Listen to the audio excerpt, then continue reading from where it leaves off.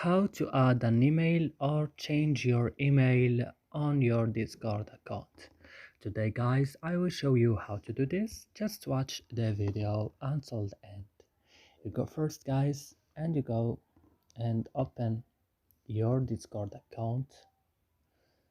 Then when your Discord account is opening, you will go just here down and click.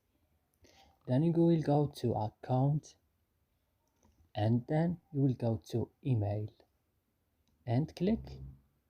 Then here you will change your email by clicking here and change it. For example, you will click send verification code and that's it will work with you. That's it guys, I hope this video is helpful and useful for you. Don't forget to like, subscribe in our channel. See you next video.